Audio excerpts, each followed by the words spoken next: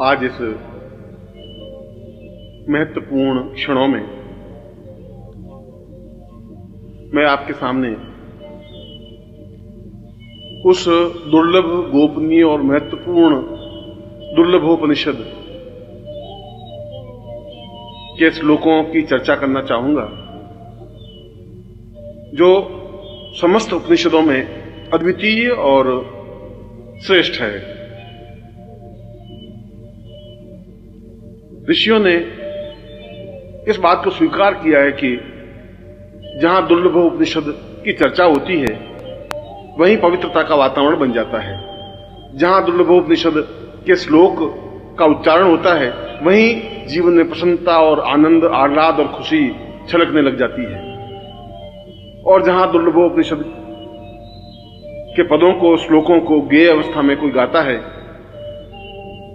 सुनता है, श्रवण करता है, मनन करता है, चिंतन करता है, वह स्वतः साधक बन जाता है, स्वतः सिद्ध बन जाता है।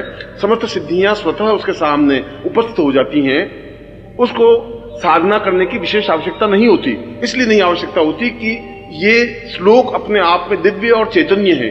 इन श्लोकों की रचना ही इस प्रकार से हुई है कि सुनने वाले के हृदय पर, प्राणों पर, देह पर, चैतन्यता पर प्रहार करती हैं, प्रभाव डालती हैं और उसके सारे शरीर को साधनामय बना देती हैं।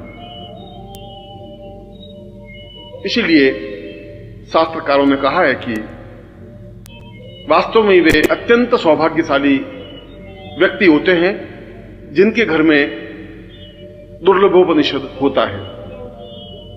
वास्तव में उनके पुण्य उदय होते हैं जब वे दुर्लभोपनिषद की चर्चा करते हैं। वास्तव में उनके पूर्वजों का पुण्य उसके जीवन में अवतरित होता है जब दुर्लभोपनिषद के श्लोकों को बोलता है, उच्चारण करता है। और वास्तव में ही जब उसका सौभाग्य प्रारंभ होता है, जब उसका शुभ फल प्रारंभ होता है, जब उसका अच्छा समय शुरू होता है, तब उसके जीवन में, उसके घर में दुर्लभोपनिषद के श्लोक उच्चरित होते हैं और वह सुनता है। दुर्लभोपनिषद के प्रारंभ में ऋषि ने आप्तवाक्य में स्पष्ट किया है कि साधना और सिद्धियां तो स्वतः प्राप्त हो जाती हैं। उन साधनाओं को और उन सिद्धियों को करने के लिए कोई विशेष प्रयत्न करने की आवश्यकता नहीं है। यदि उसने दुर्लभोपनिषद को सुना हो, पढ़ा हो, उच्चरित किया हो और नित्य श्रवण किया हो, और जो 108 दिन तक नित्य दुर्लभोपनिषद की चर्चा करता है या सुनता है, उसको प्रत्येक प्रकार की सिद्धि अपने आप में सिद्ध हो जाती है।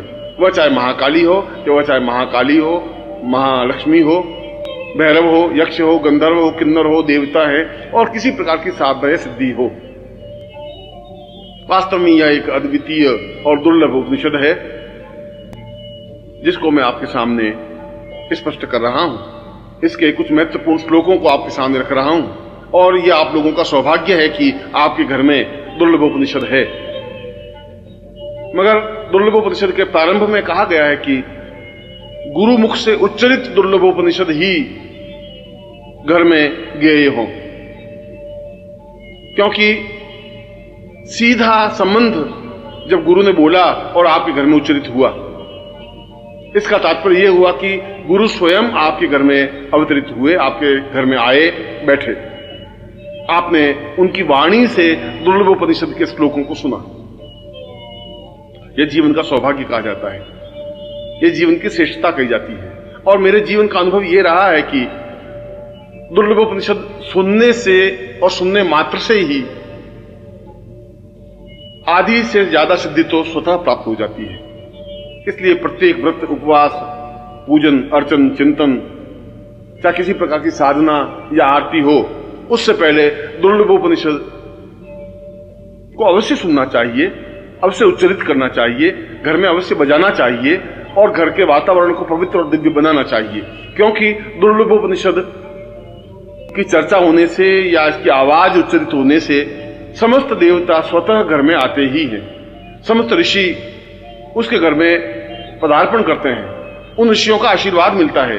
उन देवताओं का आशीर्वाद प्राप्त होता है, क्योंकि जहां दुर्लभोपनिषद है वहां समस्त देवताएं हैं, वहां समस्त सिद्धियां हैं, वहां समस्त पूर्णता हैं, वहां समस्त श्रेष्ठताएं हैं। इसलिए यह उपनिषद अपने आप में गोपनीय रहा, इसलिए यह उपनिषद अपने आप में कम लोगों को ज्ञात हो सका। वशिष्ठ ने स्वयं कहा कि दुर्लभोपनिषद जैसी ग्रंथ और श्लोक तो अपने आप में दूसरे बन ही नहीं सकते। विश्वामित्र ने कहा कि मेरी समस्त साधनाओं का सार दुर्लभोपनिषद है, और शंकराचार्य ने कहा कि मैं जो कुछ हूं उसका आधार दुर्लभोपनिषद है। इसका तात्पर्य यह है कि दुर्लभोपनिषद वास्तव में ही कोई अद्भुत कृति है। इसलिए कृति अद्भुत है कि किसी एक ऋषि ने इस दुर्लभोपनिषद के श्लोकों की रचना नहीं की। समस्त ऋषियों के शरीर से निकले हुए तेज पुंज ने, उस तेज पुंज ने एक आकार ग्रहण किया, एक ब्रह्मत्व ग्रहण किया, और उसके मुख से इन श्लोकों का उच्चारण हुआ। जिस प्रकार से समस्त देवताओं के शरीर से जो तेज पुंज निकला वो भगवती जगदम्बा बनी, ठीक उसी प्रकार से समस्त ऋषियों, योगियों, महर्षियों और गुरुओं के शरीर से जो तेज पुंज प्रकट हुआ, उस तेज पुंज के माध्यम से इस ब्रह्मत्व की देह से यह दुर्लभोपनिषद अवतरित हुआ, उच्चरित हुआ। इसीलिए दुर्लभोपनिषद की महिमा अपने आप में अद्वितीय मानी गई है। दुर्लभोपनिषद अपने आप में गुरु चिंतन है, गुरु मनन है, और जहां हम गुरु शब्द का उच्चारण करते हैं वहां समस्त तीर्थों का उच्चारण करते हैं। जहां गुरु शब्द हमारे ओठों से निकलते हैं वहां समस्त देवताओं का उच्चारण होता है। जहां हमने गुरु बोला वहां स्वयं ब्रह्मा, विष्णु और महेश अवतरित होते ही हैं, क्योंकि गुरु शब्द अपने आप में इतना नगण्य, ओछा और तुच्छ शब्द नहीं है। यदि हम इसकी गरिमा समझें, यदि इसकी महत्ता समझें, यदि इसके मूल्य का आंक सकें, तो अपने आप में यह शब्द दिव्य और पवित्र और उच्च कोटि का है। और इसीलिए इस श्लोक में, इन श्लोकों में गुरु से संबंधित उन पदों की रचना की गई है जो पद, जो श्लोक अपने आप में अद्वितीय हैं। कुछ श्लोक या कोई श्लोक ऐसे होते हैं, कुछ मंत्र ऐसे होते हैं जिनके उच्चारण मात्र से ही देवता सामने प्रकट हो जाते हैं। ये श्लोक भी वैसे ही हैं। इनके उच्चारण मात्र से ही समस्त देवता स्वयं उच्चारणकर्ता व्यक्ति के सामने उपस्थित होते ही हैं, दृश्य अदृश्य रूप में। समस्त ऋषि, गंधर्व, यक्ष, किन्नर उसके सामने खड़े होते हैं हाथ बांध करके, क्योंकि वहां पर दुर्लभोपनिषद का उच्चारण होता है, क्योंकि वहां दुर्लभोपनिषद को सुना जाता है। और जहां दुर्लभोपनिषद को सुना जाता है या उच्चारण होता है, उसके घर के समान तो देवता का स्वर्ग भी नहीं बन सकता। इंद्र की पुरी भी अपने आप में नगण्य और तुच्छ मानी जाती है, क्योंकि वहां पर गुरु चर्चा होती है, गुरु का चिंतन होता है, गुरु के हृदय का आगार होता है, गुरु के हृदय से भाव भूमियां स्पष्ट होती हैं, और हम उन तत्वों को, उन रचनाओं को स्पष्ट करते हैं जिनके माध्यम से हम गुरु पद विन्यास को समझ सकें, गुरु के चिंतन को समझ सकें। और उससे भी बड़ी बात यह है कि समस्त देवताओं और समस्त ऋषियों, समस्त देवर्षियों और समस्त महर्षियों के शरीर के तपोपुंज का समग्र स्वरूप है। इसलिए ये श्लोक सामान्य किसी मनुष्य या देवता का बनाया हुआ नहीं है, किसी ऋषि या यक्ष का बनाया हुआ नहीं है। ये तो अपने आप में एक अद्वितीय चिंतन है, अद्वितीय भावभूमि है, अद्वितीय श्रेष्ठता है। और मैं आज पहली बार उन महान और अद्वितीय श्लोकों को उच्चारण कर रहा हूं, जिससे कि आपका जीवन पवित्र हो सके, दिव्य बन सके, आप सही अर्थों में साधक बन सकें, आप सही अर्थों में पूर्णता प्राप्त कर सके, आपके घर में पवित्रता का वातावरण बन सके, आपके घर में सुख सौभाग्य आ सके, आपके जीवन की दरिद्रता मिट सके, आपके जीवन के कष्ट और अभाव दूर हो सके, आपके परिवार में एक श्रेष्ठ वातावरण बन सके और समस्त देवता आपके घर में निवास कर सके, समस्त ऋषि आकर के आपको आशीर्वाद दे सके, और आपके घर के संताप, आपके घर के दुख, आपके घर की परेशानियां, आपके घर की चिंताएं दूर होकर के आप जीवन में पवित्रता और श्रेष्ठता अनुभव कर सकें, और जीवन में वह सब कुछ प्राप्त कर सकें जो आपके जीवन का लक्ष्य है, जो आपके जीवन का ध्येय है, जो आपके जीवन का उद्देश्य है। और आप जब इन श्लोकों को सुने, बजाएं अनुभव करें या उच्चारण करें, तब अत्यंत पवित्र और दिव्य भाव मन में ला करके अपने सामने प्रत्यक्ष या चित्र में गुरु के दर्शन करके, उनको पूजा करके, उनकी अर्चना करके, उनके प्रति प्रणम्य होकर के, साष्टांग दंडवत करके अपने आप को गुरु के हृदय से जोड़ते हुए इन श्लोकों को सुने, इन श्लोकों को कानों के माध्यम से अपने हृदय पर, प्राणों में, चेतना में उतारें। घर के समस्त वातावरण में इन श्लोकों का गुंजरण करें।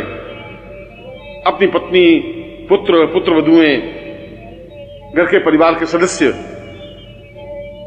इनको सुने और उनका जीवन भौतिकता से कट करके एक पवित्र बन सके, एक दिव्य बन सके, एक चेतना में बन सके, एक सुसंस्कारित बन सके, बच्चों में अच्छे संस्कार आ सके, बड़ों के प्रति आदर सम्मान उनके हृदय में आ सके, उनके घर में देवता खेल सकें, गणपति, शिव, विष्णु, ब्रह्मा, इंद्र, मरुदगण सभी उनके घर में स्थायी निवास कर सकें, लक्ष्मी और अटूट लक्ष्मी का निवास उसके घर में हो सके। इसलिए तो इस दुर्लभ उपनिषद की रचना हुई है, इसलिए तो दुर्लभ उपनिषद को जीवन का श्रेष्ठतम उपनिषद माना है, इसलिए तो महर्षियों ने एक स्वर से स्वीकार किया है कि यह मनुष्यों के द्वारा उच्चरित उपनिषद नहीं है, यह तो समस्त योगियों का तपोपुंज स्वरूप है। और मैं उन्हीं श्लोकों को आपके सामने उच्चारण कर रहा हूं, उच्चरित कर रहा हूं।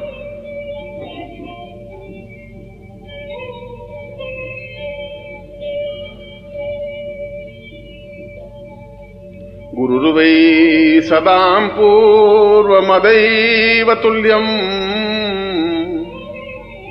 प्राणो वदार्यैव हितं सदैव चिन्त्यं विचिन्त्यं भवमेकरूपम्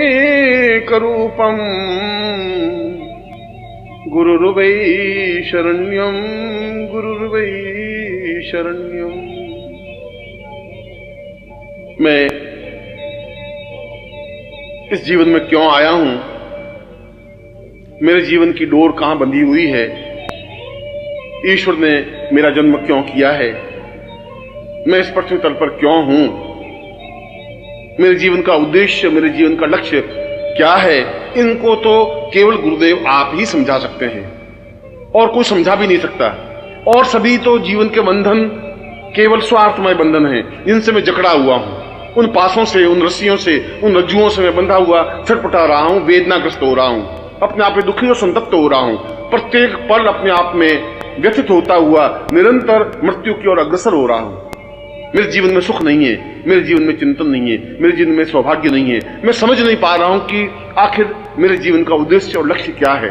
और मेरे जीवन का उद्देश्य और लक्ष्य केवल अपने जीवन को समझना है और मुझे समझाने के लिए, मुझे यथार्थता से परिचित कराने के लिए केवल संसार में कोई शक्ति, कोई स्वरूप, कोई बिंदु है तो केवल आप हैं। इसीलिए गुरुदेव, मैं अत्यंत भीगे नयनों से, गदगद कंठ से, भाव विवल वक्षस्थल से आपको दंडवत प्रणाम करता हुआ, आपके चरणों को पकड़ता हुआ, आपके चरणों पे अपने सिर को रखता हुआ प्रार्थना करता हूं कि आप मुझे उस मर्म को, उस रहस्य को, उस चिंतन को समझाएं जो मेरे जीवन का उद्देश्य है, जो मेरे जीवन का लक्ष्य है, वो जीवन की पूर्णता है। क्योंकि मैं तो केवल आपका हूं और गुरुदेव आपकी शरण में हूं और निश्चय ही गुरुदेव केवल और केवल मात्र आपकी शरण में हूं। गुरुवै प्रपन्नार्तवैवां वदैवम् अत्योद्भतां वै प्रहितं सदैव देवोत्तमेव भवतं सहि चिन्त्य रूपम् गुरुर्वै शरण्यं गुरुर्वै शरण्यम। लोग कह रहे हैं कि मैं देवताओं की आराधना करूं। कौन से देवता की आराधना करूं? हजारों लाखों देवता हैं। मैं किन किन के सामने गिड़गिड़ाऊं, किन के सामने अपनी चौखट पर अपने सिर को फोड़ूं, कहां कहां जाकर के मैं अपनी याचना करूं? मैं दरिद्र भिखारी होकर के किन किन देवताओं के पास भीख मांगता फिरूं? और वे मुझे दे भी क्या सकेंगे? उन देवताओं के पास है भी क्या देने के लिए? वे तो स्वयं आपके सामने हाथ बांधे हुए खड़े हैं और जो आपके सामने आंख बांधे हुए खड़े हैं, ये देवता भी आपसे बहुत कुछ प्राप्त करने की आकांक्षा रखते हैं। तो फिर मैं उन भिखारियों के पास क्या जाऊं? फिर तो मैं आपके पास सीधा आना चाहता हूं, फिर मैं आपके चरणों में बैठना चाहता हूं, फिर मैं आपके सामने उन स्थितियों को प्राप्त करना चाहता हूं जो आपसे प्राप्त हो सकता है। यदि आप देवताओं को देने में समर्थ हैं तो निश्चय ही फिर आप हमें भी देने में समर्थ हैं, मुझे भी देने में समर्थ हैं, क्योंकि मैं देवताओं से परिचित नहीं हूं, न देवता मुझसे परिचित हैं। मैंने देवताओं को देखा नहीं है, मैंने चित्रों के माध्यम से देवता के अंकन को देखा है। हो सकता है वह चित्र सही हो सकता है वह चित्र गलत हो। कोई जरूर नहीं है कि जैसा चित्र में मैंने देवता को देखा है, ब्रह्मा को देखा है, विष्णु को देखा है, रुद्र को देखा है, ठीक उसी रूप में वह देवता हो, मैं नहीं समझ सकता। यह तो चित्रकार की एक भावना है जो अपने उसने कागज पर उतारी है, जो कपड़े पर उतारी है। उस चित्रकार ने उस देवता को देखा नहीं, केवल कल्पना के माध्यम से उनके स्वरूप बिंब को उस कपड़े पर, कागज पर उतारा है। इसलिए कागज पर, कपड़े पर जो देवता का चित्र है, जो मूर्ति है, जो चित्र है, वह सब में अपने आप में अधूरा है, क्योंकि मैं देवताओं से परिचित नहीं हूं। परंतु गुरुदेव, मैं आपसे परिचित हूं। मैंने आपको देखा है, मैंने आपके सारे शरीर को स्पर्श किया है, मैं आपके चरणों में बैठा हूं। आपकी आंख, आपकी नाक, कान, हाथ, पांव, वक्षस्थल, सिर और गर्भोन्नत भाल, इन सबको मैंने अपनी आंखों के माध्यम से अपने हृदय में उतारा है। इसलिए मैं आपसे अत्यधिक परिचित हूं।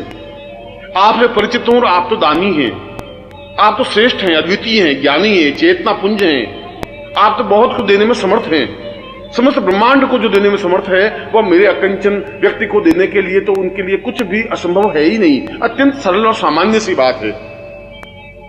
इसलिए मैं तो आप में ही समस्त देवताओं को देख रहा हूं। मैं तो देख रहा हूं कि ब्रह्मा, विष्णु, रुद्र समस्त आपके शरीर में समाहित हैं। जहां जहां भी, जिस रोम में भी मेरी दृष्टि पड़ती है, वहां एक नवीन देवता के दर्शन मुझे होते हैं। और ये सारे देवताओं का आगार समूह को जब मैं साक्षात अपने सामने देखता हूं तो मैं भाव विवल हो जाता हूं, गदगद हो जाता हूं, अपने आप में मैं रह नहीं पाता हूं। इसीलिए आप मुझे देवताओं की आराधना करने के लिए मत कहिए। मैं देवताओं की आराधना चाहता भी नहीं हूं। मेरे सामने तो प्रत्यक्ष देवता है, सशरीर देवता है, चैतन्य पुंज देवता है। फिर इस जीवित जागृत देवता को छोड़ करके उन पाषाण मूर्तियों को, चित्रों को पूजने से क्या होगा? मैं तो गुरुदेव केवल मात्र आपकी शरण में हूं और एकमात्र आपकी ही शरण में हूं।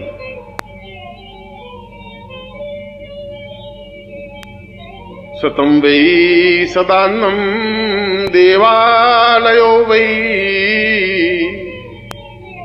प्रातोर्भवे वै सहितं नदीर्वै पूर्तं परां पूर्णमदैव रूपं गुरुर्वै शरण्यं गुरुर्वै शरण्यं।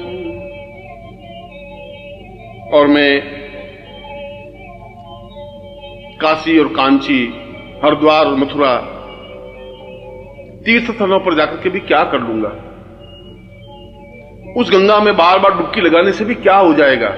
अगर गंगा में डुबकी लगाने से पवित्र और दिव्य बन जाता तो सारी मछलियां अपने आप में पवित्र और दिव्य बनी हुई हैं, सारे मेढक अपने आप में पवित्र और दिव्य हैं। यदि काशी में रहने से ही जीवन की पूर्णता प्राप्त हो जाती है तो वहां श्वान और खर, कुत्ते और गधे बहुत घूमते हैं, वे सभी अपने आप में पवित्र दिव्य आत्मा बन जाते हैं। वहां जाने से कुछ नहीं हो सकता, वहां कुछ संभव है ही नहीं। उन देवालयों में तो एक पत्थर की मूर्तियां हैं जो बोल नहीं पाती, जो मेरी बात सुन भी नहीं पाती। उन पत्थरों को मैं कहने से अपने सिर को फोड़ने के बराबर है। वे मेरी बात नहीं सुन पाते, मैं अपनी बात उन तक नहीं पहुंचा सकता, क्योंकि पत्थरों को कहने से कोई लाभ नहीं होता। मेरे लिए हरिद्वार और मथुरा, काशी और कांची अपने आप में नगण्य हैं। मैं तो आपको और आपकी देह को पूर्ण रूप से देवालय मानता हूं।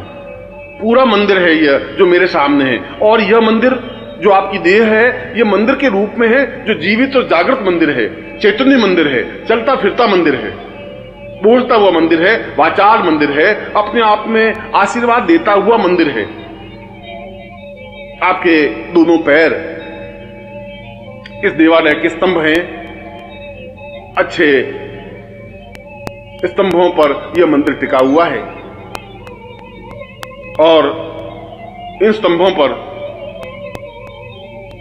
जो मूर्ति स्थापित है आपके प्राणों की, आपके हृदय की, आपकी चेतना की, वह आपका हृदय स्थल अपने आप में गर्भगृह है। उस गर्भगृह में जाकर के जब मैं खड़ा होता हूं तो मेरा शरीर रोमांचित हो जाता है, भाव विवल हो जाता है, चेतना युक्त हो जाता है, एक एक रोम खड़ा हो जाता है, रोम रोम चीखने लग जाता है, चिल्लाने लग जाता है, पुकारने लग जाता है, और उसके गुरुदेव के अलावा कुछ शब्द निकलता नहीं। मेरे आंखों से आंसुओं की धारा बहने लग जाती है, भाव विवल हो जाता हूं, मेरा सारा शरीर थरथराने लग जाता है जब मैं इस जीवित जागृत उस मूर्ति को देखता हूं जो धड़कता है। और इस गर्भगृह में जो मूर्ति है, जो हृदय है, जो प्राण है, जो आपका ये शरीर है, वो अपने आप में इतना स्पंदनशील है, अपने आप में आह्लादकारक है, उसको देखते ही मेरे सारे शरीर में स्फुरण हो जाता है, सारे शरीर में चेतना आ जाती है, सारे शरीर में ओजस्विता आ जाती है। ऐसा लगता है कि मेरा सारा शरीर अपने आप में प्रसन्नता के आवेग में उछलने लग गया है। और इस गर्भगृह के ऊपर जहां मूल मूर्ति स्थापित है, जहां आपका हृदय है, इसके ऊपर आपके शिर के रूप में शिखर है, जो मंदिरों के ऊपर शिखर होता है। उस शिखर को देख करके ही ऊंचाई का भाव होता है, हिमालय का भाव होता है। आपका गर्भोन्नत सिर, आपका दर्पयुक्त सिर, आपका दीदीप्यमान सिर, लाट, भाल, आंखें, नेत्र, आपका मुंह, आपकी जिह्वा, आपका सारा शरीर और आपका चेहरा अपने आप में उस मंदिर के उस शिखर की तरह है, जिनको देखने से अपने आप में पवित्रता का अवगाहन होता है। ऐसा लगता है उसको देखने से कि जैसे हजार हजार तीर्थों में मैंने स्नान कर लिया हो। ऐसा लगता है कि जैसे मैंने सब सातों समुद्रों में स्नान कर लिया हो, अवगाहन कर लिया हो। ऐसा लगता है कि स्वयं गंगा आकर के मुझे स्नान करा के चली गई है। और जहां पर आपके नेत्रों की कृपा वृष्टि होती है, जहां नेत्रों से निकल करके जो आनंद की वर्षा होती है, वह तो वही समझ सकता है जो आपके पास में खड़ा होकर के उस कृपा दृष्टि से भीगा है, उस कृपा के आनंद से भीगा है, आपके नेत्रों से निकलते हुए आनंद में वर्षा की है। उसके समान तो धन्य कुछ हो ही नहीं सकता, उसके समान तो कोई व्यक्ति हो ही नहीं सकता। बहुत अपने आप में एक अद्वितीय चिंतन है, अद्वितीय धारणा है। मैं इस जीवित जागृत मस्तिष्क युक्त, शिखर युक्त, इस गर्भगृह युक्त, इस स्तंभ युक्त, इस चलते फिरते इस मंदिर को छोड़ करके और किस मंदिर में जाऊं? विश्वनाथ का मंदिर और मथुरा का मंदिर, कृष्ण और राम का मंदिर और अन्य मंदिर मेरे लिए क्या उपयोगी है, कैसे उपयोगी है? उन मंदिरों से मुझे क्या मिलने वाला है? यदि मैं इस मंदिर को नहीं समझ सका, यदि मैं इस मंदिर की पूजा नहीं कर सका, यदि इस मंदिर को स्वच्छ और पवित्र और दिव्य नहीं रख सका, इस मंदिर में सेवा शुश्रूषा नहीं कर सका, तो फिर मेरा सब कुछ जानना व्यर्थ है। क्योंकि इस मंदिर में समस्त देवता निवास करते हैं। इस मंदिर को देखने के लिए तो देवता तरसते हैं, इस मंदिर को स्पर्श करने के लिए देवता अपने आप को न्योछावर करने के लिए तत्पर हैं। गुरुदेव, आप मुझे किसी नदी और किसी तीर्थ और किसी मानसरोवर, किसी गंगा और किसी हरिद्वार और किसी समुद्र के पास जाने की आज्ञा मत दीजिए। मुझे उसमें कोई मोह नहीं है। वे तो व्यर्थ पानी के बहाव हैं, वे तो मछलियों के एक सागर हैं, वे तो खारा समुद्र है, वह तो केवल एक झील है, निर्जीव, जो बोल नहीं सकती। मुझे ऐसे कोई तीर्थों में जाने से न प्रयोजन है, न आवश्यकता है, क्योंकि जहां समस्त तीर्थों का स्नान मैं केवल आपके नेत्रों से निकलती हुई कृपा से कर सकता हूं, तो इससे बड़ा सौभाग्यशाली तो कुछ हो ही नहीं सकता। वास्तव में मैं सौभाग्यशाली हूं। वास्तव में मैंने जीवन के पुण्य किए होंगे कि मैं आपके सामने खड़ा हूं। वास्तव में मेरे पुण्यों का उदय हुआ होगा कि आप सजीव रूप में मेरे सामने हैं और मैं इस पीढ़ी में, इस युग में आपके सामने उपस्थित हूं। वास्तव में आपके नेत्रों की वर्षा से मैं आप्लावित हूं। वास्तव में आपके नेत्रों से जो आनंद की वर्षा होती है उससे भीगा हुआ अपने आप में अत्यंत मस्ती के साथ नाच रहा हूं, अपने आप में छलछला रहा हूं, अपने आप में कूद रहा हूं, उछल रहा हूं, आनंद से भर उठा हूं, क्योंकि गुरुदेव मैं केवल आपकी शरण में हूं।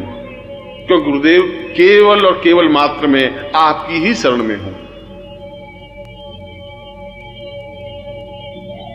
अदोर्यम वदेवम चिंतम सहेतम पूर्वोत्तरूपम चरणम सदेयम आत्मो स्वताम पूर्वमदैव चिंत्यम गुरुर्वै शरण्यम गुरुर्वै शरण्यम। वो तो मूर्ख और मूढ़ होगा जो आपके चरण छोड़ करके इधर उधर भटकता होगा। उसके पाप ही उसके बीच में आए होंगे जो आपकी दृष्टि से ओझल होता होगा। उसका जीवन का दुर्भाग्य होगा कि वो आपसे दूर खड़ा होकर के भी सांस ले रहा होगा। आपसे दूर रहकर के सांस लेने की कल्पना ही अपने आप में आश्चर्यजनक है। जिस प्रकार से समुद्र से और नदी से मछली को बाहर निकालने के बाद जिस प्रकार से मछली तड़प कर मर जाती है, उस प्रकार से आपसे अलग होकर के मर क्यों नहीं जाते, तड़प करके समाप्त क्यों नहीं हो जाते? जिंदा रहने का हक क्या है, अधिकार क्या है? जिस प्रकार से बिना चांद को देखे चकोर अपने सिर को फोड़ करके समाप्त हो जाता है, उसी प्रकार से हम सिर के फोड़ के समाप्त क्यों नहीं हो जाते? आपको वियोग हम कैसे सहन कर सकते हैं? ये कैसे संभव है कि आप दूर हो और हमारे प्राण हमारे शरीर में टिके रह सकें? ऐसे प्राणों की जरूरत भी नहीं है। ये प्राण तो व्यर्थ हैं, तुच्छ हैं। अपने आप ऐसा लग रहा है कि जैसे मुर्दा शरीर में धड़क रहे हो। मुझे ऐसा शरीर नहीं चाहिए गुरुदेव, मुझे ऐसे प्राण भी नहीं चाहिए, मुझे ऐसी धड़कन भी नहीं चाहिए जो धड़कना बंद नहीं कर देती हो। उस धड़कन का महत्व और मूल्य क्या है जो केवल एक धड़क करके जिंदा रह जाती है? आप हो तो जीवन है, आप हैं तो संसार है, आप है तो खुशियां हैं, प्रसन्नता है, आह्लाद है, श्रेष्ठता है और दिव्यता है। और अगर आप नहीं हैं और मैं जीवित रहूं, यह मेरे जीवन का दुर्भाग्य है, यह मेरे जीवन की न्यूनता है, यह मेरे जीवन का अभाव है। वास्तव में मैंने कोई पाप किए होंगे कि मैं आपके वियोग को सहन करके भी जीवित हूं। वास्तव में मेरे जीवन के दुर्भाग्य होंगे कि आप नहीं हैं और मैं सांस ले रहा हूं। वास्तव में मेरे जीवन का ये न्यूनता है कि बिना आपके भी मैं सांस ले रहा हूं, खाना खा रहा हूं, पानी पी रहा हूं और चल रहा हूं। मैं मर क्यों नहीं जाता? मुझे समझ में नहीं आता कि मृत्यु मुझे दबोच क्यों नहीं लेती, समाप्ति क्यों नहीं कर लेती? क्योंकि मरने के बाद कम से कम मैं आपके पास तो रह सकूंगा, मरने के बाद मैं आपके चरणों लिपट तो सकूंगा, मैं आप में अनुरक्त तो हो सकूंगा, मैं आप में अपने आप को लीन तो कर सकूंगा। क्योंकि जहां पर भी मेरी मृत्यु हो, वहां से मेरी राख, मेरे देह की राख उड़ करके आपके चरणों में गिरे और उस राख पर आपके पांव पड़े। इससे ज्यादा सौभाग्य मेरे जीवन का क्या हो सकता है? मैं ऐसे देह नहीं चाहता, मैं ऐसा हृदय भी नहीं चाहता, मैं ऐसे प्राणों को नहीं चाहता जो आपके वियोग में, जो आपके अनुपस्थिति में जीवित रह सके, जागृत रह सके, स्पंदनशील हो सके, धड़क सके। ऐसे हृदय से कोई मतलब नहीं है। मैं तो आपको देखना चाहता हूं, मैं तो आपके पास रहना चाहता हूं। मैं तो हर क्षण चकोर जिस प्रकार चांद को देखता रहता है, उसी प्रकार से मैं आपको देखना रहना चाहता हूं। मैं तो हर क्षण एक पपीहे की तरह केवल गुरु गुरु शब्द को उच्चारण करना चाहता हूं। हर क्षण आप मेरी आंखों में बसे रहें, हर क्षण मेरी आप कल्पना में बने रहें, हर क्षण मेरी हृदय की प्रत्येक धड़कन के साथ गुरु शब्द का उच्चारण हो, मेरा प्रत्येक शब्द गुरुमय हो, मेरा प्रत्येक चिंतन गुरुमय हो, मेरा रोम रोम आवाज दे सके गुरु गुरु। और इसके अलावा और किसी शब्द का मुझे ज्ञान नहीं हो। न मुझे गायत्री मंत्र की जरूरत है, न किसी काली मंत्र की, न लक्ष्मी मंत्र की, और किसी मंत्र की मेरी आवश्यकता है ही नहीं। क्योंकि जो मंत्रों में सर्वश्रेष्ठ और अद्वितीय मंत्र यदि गुरु मंत्र मेरे पास हैं, तो उससे श्रेष्ठ मंत्र और क्या हो सकता है? जहां परम तत्वाय नारायणाय गुरुभ्यो नमः है, वहां सब कुछ जीवन का श्रेष्ठता है, अद्वितीयता है, श्रेष्ठता है। और इसीलिए मैं चाहता हूं कि वे सारे क्षण जो मेरी जिंदगी में प्रभु ने मुझे दिए हैं, वे क्षण आपके साथ व्यतीत हों, आपके लिए व्यतीत हों।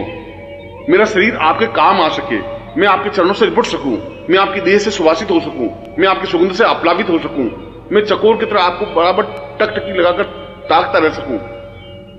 और यदि आपसे विरह होना ही पड़े, आपसे अलग होना ही पड़े, तो मछली की तरह तड़फ करके मर जाऊं, कुरंग की तरह उस पत्थर पर सिर फोड़ करके अपने आप को समाप्त कर दूं और मृत्यु मुझे प्राप्त हो जाए, ऐसा मैं चाहता हूं। मैं तो आपसे ऐसा आशीर्वाद चाहता हूं कि मैं एक क्षण भी आपकी जुदाई सहन नहीं कर सकूं।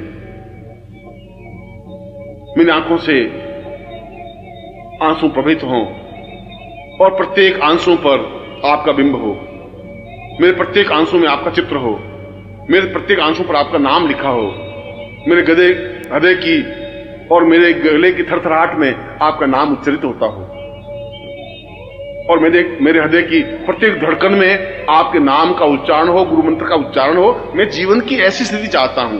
अगर ऐसी स्थिति मुझे प्राप्त होती है तो मेरा जीवन धन्य है, तो मेरा जीवन पवित्र है, तो मेरा जीवन दिव्य है। और अगर ऐसा नहीं है तो मेरे जैसा पापी, अधर्मी और कृतज्ञ कुछ नहीं हो सकता। आप मुझे आशीर्वाद दें तो मुझे ऐसा आशीर्वाद दें। आप मुझ पर कृपा करें तो ऐसी कृपा करें कि मैं हर क्षण आपके पास रह सकूं, आपकी वाणी को सुन सकूं, आपके शब्दों को अपने हृदय में उतार सकूं। मैं एक टक आपको ही देखता रहना चाहता हूं, मैं एक टक आपको अपनी आंखों के माध्यम से पी लेना चाहता हूं। मैं एकटक आप में समाहित हो जाना चाहता हूं, एक रस हो जाना चाहता हूं, आप में लीन हो जाना चाहता हूं, क्योंकि गुरुदेव मैं आपकी शरण में हूं और केवल मात्र आपकी शरण में हूं। मैं आपको दुर्लभोपनिषद के कुछ श्लोकों को सुना रहा था, उच्चारित कर रहा था। उन ऋषियों के पुंज ने दुर्लभोपनिषद में अत्यंत गर्वित होकर के कहा है, चैतन्य रूपम अपरम सदैव प्राणोदवेवं चरणं सदैव सतीर्थो सदेवं भवतं वदैवं गुरुर्वै शरण्यं गुरुर्वै शरण्यं। और लोगों ने अनुभव किया हो या नहीं किया हो, मगर मैं तो आपके शरीर का एक हिस्सा हूं, एक शरीर का पार्ट हूं, एक शरीर का एक अंग हूं। मैंने अनुभव किया है कि आप हिमालय से भी महान, गर्वयुक्त और सागर से भी समान विशाल हैं। सागर आपके सामने बहुत तुच्छ है, नगण्य है। हिमालय बहुत बौना है। आपका गर्वोन्नत भाल हिमालय से भी बहुत ऊंचाई की ओर उठा हुआ है। और जब मैं अपना सिर उठा करके ऊंचाई की ओर देखता हूं तो मेरी आंखें चौंधिया जाती हैं। मैं समझ नहीं पाता हूं कि इतना अद्वितीय और श्रेष्ठतम इस गर्वोन्नत भाल को मैं अपनी आंखों के माध्यम से कैसे समाहित कर सकूंगा। मैं जब आपके वक्षस्थल को देखता हूं तो ऐसा लगता है कि जैसे पूरा समुद्र हिलोरे मार रहा हो, ठाठे मार रहा हो। उस वक्षस्थल में अपने सिर को छुपा लेना चाहता हूं। मैं उसमें डूब जाना चाहता हूं, भींच जाना चाहता हूं। आप मुझे बाहों के घेरे में बांध लें, अपने सीने से भींच लें, इतना भींच लें कि मैं आपके शरीर में, आपके हृदय में, आपके सीने में, आपके वक्षस्थल में प्रवेश कर लूं, उसमें घुस जाऊं, उसमें अपने आप को समाहित कर लूं, अपने एकाकारिता को कर लूं, अपने आप को समाप्त कर दूं। जहां मुझे सुख मिल सकेगा, जहां मुझे सौभाग्य मिल सकेगा, जहां मुझे तृप्ति मिल सकेगी, जहां मुझे पूर्णता प्राप्त हो सकेगी। और जब मैं आपके संपूर्ण शरीर को देखता हूं तो मेरे सामने समस्त ब्रह्मांड साकार हो जाता है। और शरीर को जब मैं भाव विवल होकर देखता हूं तो कहीं मुझे ब्रह्मलोक दिखाई दे रहा है, कहीं मुझे विष्णुलोक दिखाई देता है, कहीं मुझे रुद्रलोक दिखाई देता है। इंद्र, गंधर्व, यक्ष, किन्नर और उन समस्त देवताओं के आगार मुझे दिखाई देते हैं। चंद्रलोक और सूर्यलोक मुझे स्पष्ट रूप से प्रतिबिंबित होते हैं। ऐसा लगता है कि जैसा समस्त ब्रह्मांड मेरे सामने साकार हुआ हो। फिर मैं कौन सी साधना करूं? उस ब्रह्मांड साधना करने से मुझे क्या लाभ हो पाएगा? उस ब्रह्मांड साधना से तो एक एक लोक करके देख पाऊंगा। यहां तो मैं समस्त ब्रह्मांड को एक साथ देखने की प्रयत्न करता हूं और सारा ब्रह्मांड मेरे सामने साकार है, तेजपुंज है, स्वरूपमय है। जब मैं आपके सिर को देखता हूं तो एक अलग ब्रह्मांड दिखाई देता है। जब मैं आपके नेत्रों को देखता हूं तो सूर्यलोक और चंद्रलोक स्पष्ट रूप से दिखाई देते हैं। जब मैं आपके मुस्कुराते हुए बिंब को, चेहरे को और मुस्कुराहट को देखता हूं तो ऐसा लगता है कि जैसे सारा ब्रह्मांड खिलखिला रहा हो, मुस्कुराहट रहा हो। और इस पूरे ब्रह्मांड को जब मैं अपने सामने खड़ा देखता हूं तो मैं तो अपने आप को बहुत छोटा, नगण्य और बौना सा अनुभव करता हूं। ऐसा लगता है कि जैसे इस पूरे ब्रह्मांड में मेरा अस्तित्व कहां है, जहां हजारों हजारों ऋषि हैं, योगी हैं, गंधर्व हैं, किन्नर हैं, देवता हैं, ब्रह्मा हैं, विष्णु हैं, महेश हैं, वशिष्ठ हैं, विश्वामित्र हैं, गर्ग, अत्रि, कणाद, पुलस्त्य ऋषि हैं। इन समस्त देवताओं ऋषियों के बीच में मेरा अस्तित्व कहां है? मैं तो बहुत एक छोटा सा, अत्यंत छोटे से कण की तरह दिखाई देता हूं। उसके बावजूद भी इस कण को आपने अपनाया, इससे बड़ा सौभाग्य क्या हो सकता है? इस कण पर आपकी कृपा दृष्टि हुई, इससे बड़ा सौभाग्य और क्या हो सकता है? आपने इस कण पर हाथ रखा, यह मेरे जीवन का अहोभाव है, सौभाग्य है। आपने इस कण को अपनाया, यह मेरे पूर्व जन्म के पुण्यों का उदय है। मुझे अपने आप में गर्व है कि मैं उस ब्रह्मांड का एक हिस्सा बन सका, उस ब्रह्मांड की कृपा दृष्टि मुझ पर अवतरित हो सकी, उस ब्रह्मांड की वर्षा मेरे ऊपर हो सकी और मैं उसमें अवगाहन कर सका। आपकी और मेरी तो कोई तुलना हो ही नहीं सकती। हजारों हजारों जन्म लेने के बाद भी मैं आपके बराबर और आपके बराबर चिंतन कर ही नहीं सकता। एक कण की और एक विशाल पृथ्वी की कोई तुलना नहीं हो सकती। एक बूंद और एक समुद्र की तुलना नहीं हो सकती, एक दीपक और एक सूर्य की तुलना नहीं हो सकती। ठीक उसी प्रकार से मेरी और आपकी तुलना करना ही व्यर्थ है, तुच्छ है, नगण्य है, मूर्खता है, मेरा ओछापन है। मैं तो अगर इस पूरे ब्रह्मांड का एक छोटा सा कण भी बना रह सकूं तो ये बहुत बड़ी उपलब्धि है कि इस ब्रह्मांड में मेरा कण अस्तित्व युक्त है। और उससे भी बड़ा सौभाग्य यह है कि इस कण पर आपकी कृपा दृष्टि है, इस कण को आप परिचित हैं, इस कण पर आपकी कृपा वृष्टि हुई है, इस कण ने आनंद का अनुभव किया है। इससे बड़ा सौभाग्य और मुझे क्या चाहिए। और जब मैं पूर्ण भावनाओं के साथ आपके चरणों पर झुकता हूं तो मुझे वे चरण दिखाई नहीं देते, मुझे तो वहां विश्वनाथ की नगरी दिखाई देती है, मुझे तो वहां सोमनाथ मंदिर दिखाई देता है, मुझे तो वहां काशी और कांची, हरिद्वार और मथुरा दिखाई देती है। समस्त तीर्थ मुझे अपने आप दिखाई देते हैं। मुझे तो इन चरणों को अगर मैं आंसुओं से जब भिगोता हूं तो मुझे सामने ब्रह्मा, विष्णु और महेश दिखाई देते हैं, रुद्र दिखाई देते हैं, इंद्र दिखाई देते हैं। वह केवल चरण ही नहीं है, वे तो अपने आप में संपूर्ण देवलोक हैं। और जब मैं नेत्रों के माध्यम से, आंसुओं के माध्यम से उन चरणों को प्रक्षालित करता हूं तो ऐसा लगता है कि जैसे समस्त देवताओं की पूजा अर्चना एक साथ कर ली हो, समस्त सिद्धियों की पूजा एक साथ कर ली हो। वास्तव में ही आपका यह अद्वितीय शरीर, गर्भोन्नत भाल, तीक्ष्ण और सुंदर आंखें, नुकीली नाक और अद्वितीय मुस्कुराहट मुझे पागल कर देती है। मैं खो जाता हूं उस मुस्कुराहट में, मैं भूल नहीं पाता इस मुस्कुराहट के एक कण को भी। मैं कहीं भी होता हूं तो मुस्कुराहट मेरा पीछा करती है। हर क्षण इस मुस्कुराहट में अपने आप को निमग्न करता रहता हूं। हर क्षण इच्छा होती है कि मैं दौड़ूं और आपके पास आऊं और आपको देखूं, इस मुस्कुराहट में अपने आप को निमग्न कर दूं। और जब मैं आपके वक्षस्थल को देखता हूं तो ऐसा लगता है कि जैसे संपूर्ण हिमालय अवतरित होकर के सामने खड़ा हो गया हो। और इस वक्षस्थल में इतनी ताकत, इतनी क्षमता और इतना उठा हुआ भाव है कि यदि यह एक बार हिमालय से टकरा जाए तो हिमालय को कई कदम पीछे हटना पड़े। ऐसा अद्वितीय वक्षस्थल तो जीवन में हो ही नहीं सकता, न आदियों का रहा न देवताओं का रहा। यह तो मैंने देखा है, इस वक्षस्थल को मैंने अनुभव किया है, इस वक्षस्थल से मैं चिपका हूं, इस वक्षस्थल का मैंने स्पर्श किया है, इस वक्षस्थल में मैं दुबका हूं, इस वक्षस्थल की गर्मी को मैंने एहसास की है, इस उष्णता को मैंने अपने हृदय में, अपने प्राणों में उतारा है, इस धड़कन को अपनी कानों से सुना है। और आपके ये लंबे आजानू बाहु अपने आप में ताकत और प्रभुता के परिचायक हैं। ऐसा लगता है कि स्वयं इंद्र अपने सामने खड़ा हो गया हो। ऐसा लगता है कि पूर्ण ऐश्वर्य क्षमता के साथ खड़े हों। और आपके चरण तो समस्त तीर्थों का आगार है, समस्त देवालयों का आधार है, समस्त ब्रह्मांड के ऋषि और मुनियों का एक आधारभूत पूंजी स्वरूप है। वास्तव में ही आपका वरदहस्त, आपकी कृपा, आपकी श्रेष्ठता और आपकी अद्वितीयता को वर्णन नहीं किया जा सकता। मैं एक मुंह से नहीं, अगर सहस्त्रनाग हजार मुंह से भी आपके गुणों को स्पष्ट करें तो वह भी अपने हजार मुंह से आपको नहीं कह सकते। अगर पूरी पृथ्वी को कागज बना दिया जाए और उस पर आपके गुणों को लिखा जाए तो वह धरती बहुत छोटी बनकर रह जाएगी, फिर भी आपके गुण पूर्ण नहीं हो सकते।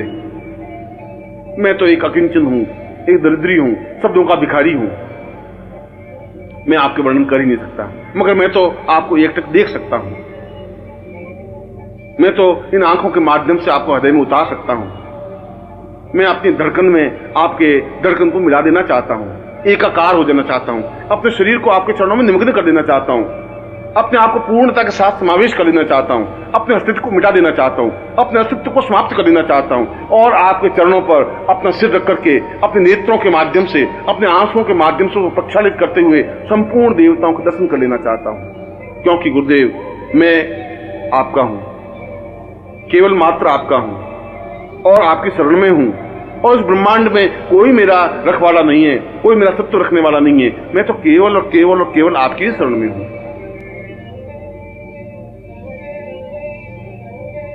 चैतन्य रूपम भवतं सदैव ज्ञानोत्सवासं सहितं तदेवं देवो तथान् पूर्वमदैव शक्तिं गुरुर्वै शरण्यं गुरुर्वै शरण्यम।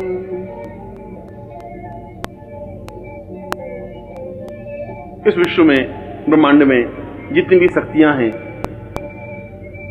वह चाहे महाकाली हो, वह चाहे महासरस्वती हो, वह चाहे महालक्ष्मी हो, वह चाहे बगलामुखी हो, वह चाहे धूमावती हो, वह चाहे छिन्नमस्ता हो, चाहे जगदम्बा हो, किसी भी प्रकार की कोई शक्ति हो, मैं तो आपके सामने उनको अठखेलियां करते हुए देखता हूं। मैं देखता हूं कि वे आपके सामने नृत्य कर रही हैं। मैं देखता हूं कि वे आपकी कृपा कटाक्ष पाने के लिए प्रयत्नशील हैं। वे स्वयं टुकुर टुकुर आपकी ओर निहारती रहती हैं कि कब आपकी नजर उठे, कब आपकी दृष्टि उठे, कब आप उन पर कृपावृष्टि करें और कब वे धन्य हों। और जब मैं ये सब कुछ देखता हूं तो मैं ये समझता हूं कि आपको छोड़कर के और कौन सी साधना मेरे लिए उपयुक्त है, कौन सी शक्ति चाहिए, कौन सी साधना चाहिए। तारा मंत्र से क्या हो जाएगा, काली मंत्र का उच्चारण करने से क्या होगा, एं ग्रीं क्लीं चामुंडा विच्चे जगदम्बा का मंत्र उच्चारण करने से, नवाण मंत्र जपने से क्या हो जाएगा। ये सब तो मैं आपके सामने नृत्य करते हुए देख रहा हूं। ये सारे गंधर्व, ये सारे यक्ष, ये सारे किन्नर, ये सारे देवता जब नृत्य करते हुए आपके सामने मैं अनुभव करता हूं तो समझता हूं कि आपसे बड़ा और देवत्व क्या हो सकता है, आपके बड़ा और पुरुषत्व क्या हो सकता है। आप तो जीवन का एक पुंजीभूत स्वरूप हैं, ब्रह्मांड का एक पार्श्व हैं, चैतन्य स्वरूप हैं, अपने आप में समग्र हैं। और मैं जब आपको देखता हूं तो ऐसा लगता है कि जैसे समस्त ब्रह्मांड को मैं अपने आप में आत्मसात किया हुआ हूं। सारा ब्रह्मांड मेरे हृदय में अवतरित हो जाता है, मेरा हृदय अपने आप में धड़कने लग जाता है, चैतन्य हो जाता है, मेरा सारा शरीर थरथराने लग जाता है। मैं अपने आप में पूर्ण कुंडलिनी जागरण क्रिया योग से दीक्षित हो जाता हूं। सारा शरीर अपने आप में ऊंचा उठ जाता है, अपने आप में तपस्वी बन जाता हूं, पूर्णता युक्त बन जाता हूं। और सही अर्थों में देखा जाए तो मैं वशिष्ठ, विश्वामित्र, अत्रि, कणाद बन जाता हूं। मैं इंद्र और मरुद्गण बन जाता हूं, मैं विष्णु और रुद्र बन जाता हूं, क्योंकि वे सब तो एक नगण्य आपके सामने खड़े हैं। जिस प्रकार से मैं खड़ा हूं उसी प्रकार से ये सारी शक्तियां, ये सारे देवता, ये सारे यक्ष, ये सारे गंधर्व, ये सारे किन्नर मैं अपनी आंखों से खड़े खड़े देख रहा हूं। इसलिए गुरुदेव, उनके समान तो मैं भी बन गया हूं। ये हो सकता है कि वे आगे हों, मैं थोड़ा पीछे रुका हुआ हूं। हो सकता है कि उनके मेरे बीच में फासला हो, मगर उनकी कृपा दृष्टि, यदि आपकी कृपा दृष्टि उन पर है तो आपकी कृपा दृष्टि उनसे भी पहले मेरे ऊपर है। और ये मेरे लिए सौभाग्य की बात है, ये मेरे लिए प्रसन्नता की बात है, ये मेरे आह्लाद की बात है। और मंत्रों को और पुस्तकों में लिखे हुए मंत्रों को मैं क्या करूं, उन मंत्रों के माध्यम से क्या हो जाएगा। वे मंत्र तो एक निर्जीव शब्द हैं, उन शब्दों को ठेल करके आगे बढ़ाऊं भी तो उससे क्या लाभ हो जाएगा। मुझे मंत्र नहीं चाहिए, मुझे तंत्र नहीं चाहिए, मुझे योग दर्शन मीमांसा नहीं चाहिए। आपके मुंह से निकला हुआ प्रत्येक शब्द अपने आप में मंत्र है। आपके मुंह से निकला हुआ प्रत्येक शब्द अपने आप में मेरे लिए आज्ञा है, मेरे लिए तंत्र है। यदि मैं उन शब्दों का पालन कर लेता हूं, यदि उन शब्दों को अपने हृदय में उतार देता हूं, यदि उन शब्दों का पालन करता हुआ उनकी आज्ञा का पालन कर लेता हूं, तो अपने आप में तंत्र मेरे सामने साकार, स्पष्ट और पूर्णता के साथ स्पष्ट हो जाएगा। अपने आप में मंत्र अपने आप में पूर्ण चैतन्य युक्त बन जाएगा। यदि मैं आपके शरीर को स्पष्ट कर लेता हूं तो सारे योग की भावभूमियां अपने आप मेरे शरीर में अवतरित हो जाएंगी। जब मैं आपके शरीर को स्पर्श करता हूं तो सारे शरीर में एक विद्युत प्रवाह अनुभव होता है। ऐसा लगता है कि जैसे बहुत जोरों से मैं उछल गया हूं, ब्रह्मांड में एक कूदने लग गया हूं, क्योंकि उस तेजस्विता को मैं अपने हृदय में, अपने शरीर में अनुभव करने लगता हूं। इसीलिए तो मुझे न मंत्र की आवश्यकता है, न तंत्र की, न दर्शन की, न योग की, न मीमांसा की, न किसी प्रकार की साधना की, न किसी प्रकार की सिद्धियों की। मैं सिद्धियों को लेकर क्या करूंगा जब मेरे जीवन की पूर्णता, मेरे जीवन का उद्देश्य, मेरे जीवन का लक्ष्य आपके चरणों में अपने आप को मिटा देना है, अस्तित्वमय बना देना है। तब फिर उन मंत्रों और साधनाओं, काली और महालक्ष्मी और सरस्वती से क्या हो जाएगा, उस बलरामुखी और छिन्नमस्ता से क्या हो जाएगा, उस देवता और ब्रह्मा विष्णु महेश से क्या हो जाएगा। वे तो मेरे सामने अत्यंत महत्वपूर्ण नहीं रह गए हैं। जब मैंने आपको देखा है, जब मैं समुद्र को देखा है, तो फिर बूंद को देख करके क्या करूंगा। जब मैं पूरे आकाश को देखा है तो एक छोटे से तारे को टिमटिमाते हुए देख करके भी क्या कर लूंगा। जब मैं बसंत को अपने सामने अनुभव किया है तो एक छोटे सुगंध को झोंके से क्या हो जाएगा।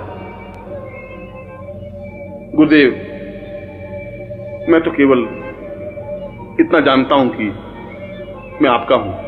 मैं केवल इतना ही मंत्र जानता हूं कि केवल आप और आपकी कृपा दृष्टि ही है।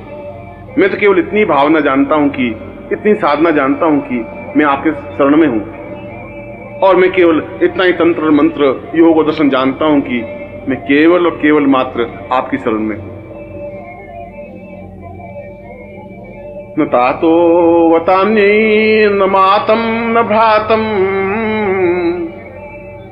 न देहो वदान्यै पत्निर्वतैमं न जानामि वित्तं न वृत्ति न रूपम गुरुर्वै शरण्यं गुरुर्वै शरण्यं।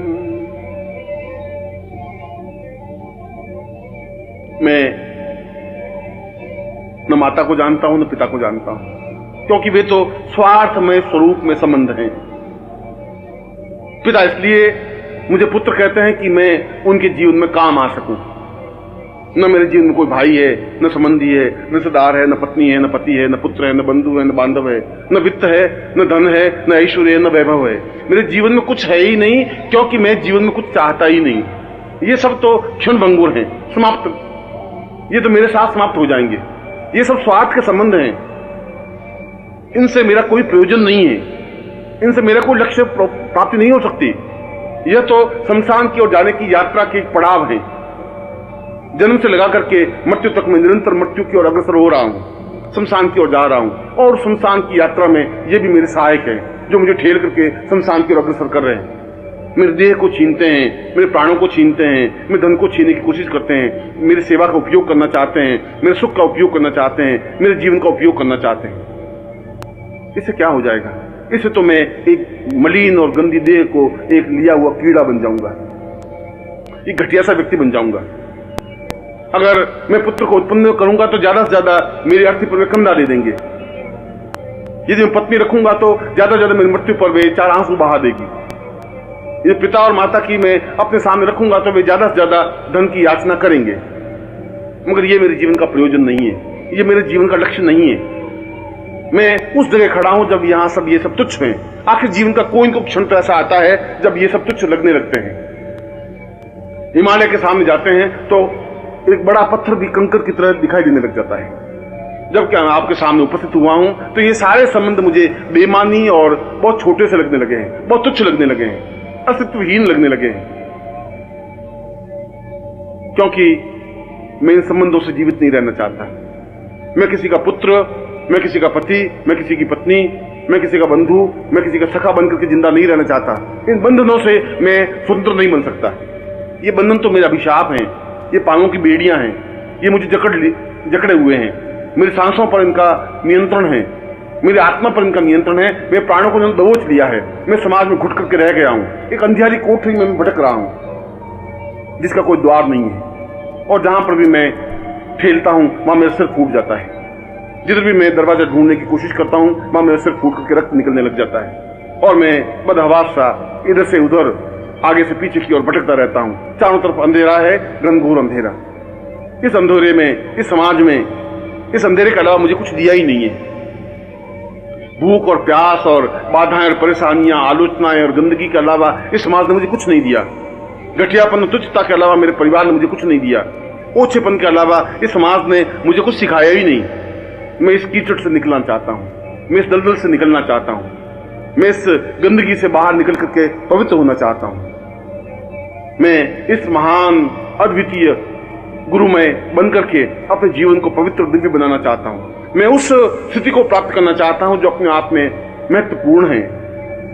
मैं उस ब्रह्म से साक्षात्कार करना चाहता हूं जिसको ऋषियों और योगियों ने अहम ब्रह्मास्मि कहा है। मैं उस चैतन्यता को अनुभव करना चाहता हूं जो जीवन की पूर्णता है। आप मुझ पर कृपा करें, मुझे वापस इस बंधनों में नहीं ठेलें। मुझे किसी प्रकार का कोई मोह नहीं रहा है, और यदि कुछ मोह है तो आप उस मोह को समाप्त करें। क्योंकि मैं मानसरोवर के पास आकर के प्यासा नहीं रहना चाहता। क्योंकि मैं बसंत ऋतु में आने के बाद भी मैं उदासीन नहीं रहना चाहता। मैं मुस्कुराते हुए पुष्पों के बीच में रह करके निर्जीव नहीं रहना चाहता। आपके सामने आकर के मैं अपने आप में दुर्भाग्यमय नहीं रहना चाहता। मैं सौभाग्यशाली बनना चाहता हूँ। मैं जीवन में पुण्य चाहता हूँ। मैं जीवन में श्रेष्ठता चाहता हूँ। मैं जीवन में गुरु चाहता हूँ। मैं आपके चरणों में समर्पण चाहता हूँ। मैं आप में एकाकार होना चाहता हूँ। मैं आपके शरीर से अपने आप को मिटा देना चाहता हूँ। मैं आपके शरीर से मिल जाना चाहता हूँ। आपके प्राणों की धड़कन बनना चाहता हूँ, क्योंकि गुरुदेव मैं आपकी शरण में हूँ और गुरुदेव इस पूरे ब्रह्मांड में केवल मात्र आपकी शरण में हूँ। त्वदीयं तदेवं भवत्वं भवेयं चिन्त्यं विचिन्त्यं सहितं सदैव आर्तो नवातं भवमेकनित्यं गुरुर्वै शरण्यं गुरुर्वै शरण्यं। मैं दोनों हाथ ऊपर उठा करके चीख रहा हूं। मैं पूरे प्राणों में आवाज भर करके उच्चारण कर रहा हूं। मैं जोरों से बोल करके अपनी बात आप तक पहुंचाना चाहता हूं। मेरा सारा शरीर थर थर कांप रहा है। मेरी आंखों से आंसू प्रवहित हैं। मेरे मुंह से बोल नहीं निकल पा रहा है। मेरा गला गदगद हो गया है और सारे शरीर के रोम रोम अपने आप में आवाज निकालने लग गए हैं, चीखने लग गए हैं, चिल्लाने लग गए हैं। मैं अपने आपे में नहीं रहा हूं। मैं अपने आप में थरथराहट अनुभव कर रहा हूं। मैं ऐसा लगता हूं कि जैसे मैं एक ऐसी बूंद हूं जो अंगारे पर पड़ी है और छन्न के साथ खत्म हो जाती है। ऐसा लगता है कि जैसे मैं बादल का टुकड़ा हूं और किसी पहाड़ से टकरा करके समाप्त हो जाना चाहता हूं। मैं तो ऐसा कण बनना चाहता हूं जो आपसे टकराए और पूर्णता प्राप्त कर ले। मैं आपको पाना चाहता हूं। मैं आप में एकाकार होना चाहता हूं। मैं आप में एकाग्र होना चाहता हूं। आप में लीन होना चाहता हूं। और यदि ऐसा मेरे जीवन में नहीं हो सका तो इस जीवन को व्यर्थ है। इस जीवन का कोई अर्थ नहीं है। इस जीवन का कोई मकसद नहीं है। इस जीवन का कोई मूल्य नहीं है। यह तो अपने आप में शमशान की यात्रा का एक पड़ाव है, जिस लाश को मैं अपने कंधे पर ढोता हुआ शमशान की ओर बढ़ रहा हूं। ऐसे जीवन से क्या मूल्य हो जाएगा? क्या मेरी चीखों का, मेरी आवाजों का, मेरे शब्दों का आप पर कोई प्रभाव नहीं पड़ रहा है? क्या मैं गदगद कंठ से बोल रहा हूं, आपका हृदय नहीं पसीज रहा है? क्या मैं आर्तनाद कर रहा हूं और आपके हृदय पर कोई प्रभाव नहीं पड़ रहा है? जरूर पड़ रहा होगा। जरूर कोई दुर्भाग्य होगा कि आप मुझे आगे बढ़कर अपना नहीं रहे। जरूर मुझ में कुछ न्यूनता होगी कि आपकी कृपा दृष्टि मेरे ऊपर हो नहीं रही है। जरूर मेरे पाप मेरे सामने खड़े हो जाते होंगे जो आपके और मेरे बीच में पर्दा डाल रहे हैं, परंतु इस पर्दे को तो आप ही दूर करेंगे। मुझ में इतनी ताकत, इतनी क्षमता नहीं है कि मैं पापों को धकेल सकूं। मुझ में इतनी क्षमता नहीं है कि मैं इस पर्दे को, इस बीच के अंधकार को दूर कर सकूं। मुझे और कोई साधना, कोई सिद्धि आती भी नहीं है। मुझे और कोई मंत्र का ज्ञान ही नहीं है। मुझे तो केवल एक ही शब्द, एक ही मंत्र आता है जिसको गुरु कहा जाता है। मुझे तो केवल एक ही प्रकार का मंत्र सीखा है कि मैं गुरुदेव आपकी शरण में हूं और गुरुदेव केवल मात्र मैं आपकी शरण में। अवतम सदैवं भवतं सदैवं ज्ञानं सदैवं चिन्त्यं सदैवं पूर्णं सदैवं अवतं सदैवं गुरुर्वै शरण्यं गुरुर्वै शरण्यं। कई कई जन्मों से आपका मेरा साथ रहा है। कई कई जन्मों से आपने मुझे झकझोर करके सही रास्ते पर खड़ा किया है।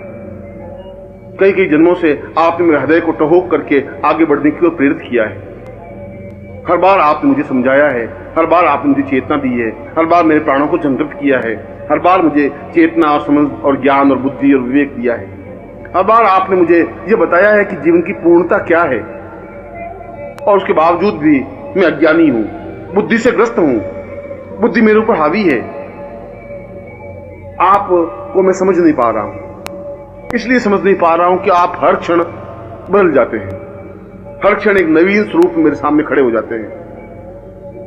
इतने इतने रूप आप मेरे सामने खड़े कर लेते हैं कि मैं एक स्वरूप को पकड़ता हूं तो फिर दूसरा स्वरूप सामने आता है, दूसरे स्वरूप को पकड़ता हूं, तीसरा और चौथा और पांचवा स्वरूप सामने आ जाता है। मैं नहीं समझ पा रहा कि कौन से स्वरूप को मैं समझूं। मैं अज्ञानी हूं और ज्यों ही मैं समझने की कोशिश करता हूं त्यों ही आप माया का पर्दा आपके और मेरे बीच में डाल देते हैं। आप तो बहुत और अजीब तरह का खेल खेलते रहते हैं और मैं फिर आपको सामान्य मानव समझ लेता हूं, फिर मैं आपको हार्ड मास का व्यक्ति समझ लेता हूं, फिर मैं अपने आप को समझने की कोशिश करता हूं और मैं आपको समझने की कोशिश करता हूं, फिर मैं समझता हूं कि ये तो मेरे ही जैसा मनुष्य है। फिर उस माया के आवरण में लिप्त होता हुआ मैं उसी जगह जाके खड़ा हो जाता हूं जहां से मैं चला था। प्रभु ऐसा मत करिए, ये बार बार मेरी परीक्षा मत ले, बार बार माया के आवरण में मुझे मत डालिए, बार बार मुझे धक्का करके पीछे मत हटाइए, क्योंकि मुझ में किसी प्रकार का बल, ताकत, साहस, क्षमता नहीं है। मैं तो एक नगण्य हूं, तुच्छ हूं, अपने आप में मुझ में कोई ज्ञान और चेतना नहीं है। यदि आप मेरे ऊपर कृपा कर सके तो मेरी बुद्धि को समाप्त करें। यदि आपकी कृपा कटाक्ष मेरे ऊपर है तो आप मेरी भावनाओं को जागृत करें। यदि आप कुछ मुझे समझते हैं तो मुझे बुला करके अपने सीने से लगाएं, अपने वक्षस्थल से चिपकाएं। मैं आपके धड़कन को अपने जीवन में उतार सकूं, मैं अपने प्राणों को पूर्णता के साथ एकाकार कर सकूं, मैं आप में निमग्न हो सकूं, अपने आप में आप लीन कर सकूं, आपका और मेरा अस्तित्व नहीं रहे, बूंद पूरी तरह से समुद्र में विसर्जित हो जाए, वायु का झोंका पूरी तरह सुगंध में और पूरी तरह से प्रवाहित हो जाए, मेघखंड पूरी तरह से सागर में मिल जाए। मैं दूसरी प्रकार से आप में लीन हो जाना चाहता हूं, क्योंकि मेरा एकमात्र सहारा और अवलंब गुरुदेव आप हैं। मैं आपकी शरण में हूं, केवल मात्र आपकी शरण में हूं। वस्तुतः यह दुर्लभ उपनिषद जीवन का एक सौभाग्यदायक काव्य है। मैं आपको हृदय से आशीर्वाद देता हूं कि आप अपने जीवन में गुरुमय हो सकें, गुरु में निमग्न हो सकें, अपने जीवन को विसर्जित करते हुए पूर्णत्व को प्राप्त कर सकें और जीवन में वह सब कुछ प्राप्त कर सकें जो इस दुर्लभ उपनिषद में स्पष्ट किया है। मैं आपको ऐसा ही आशीर्वाद दे रहा हूं।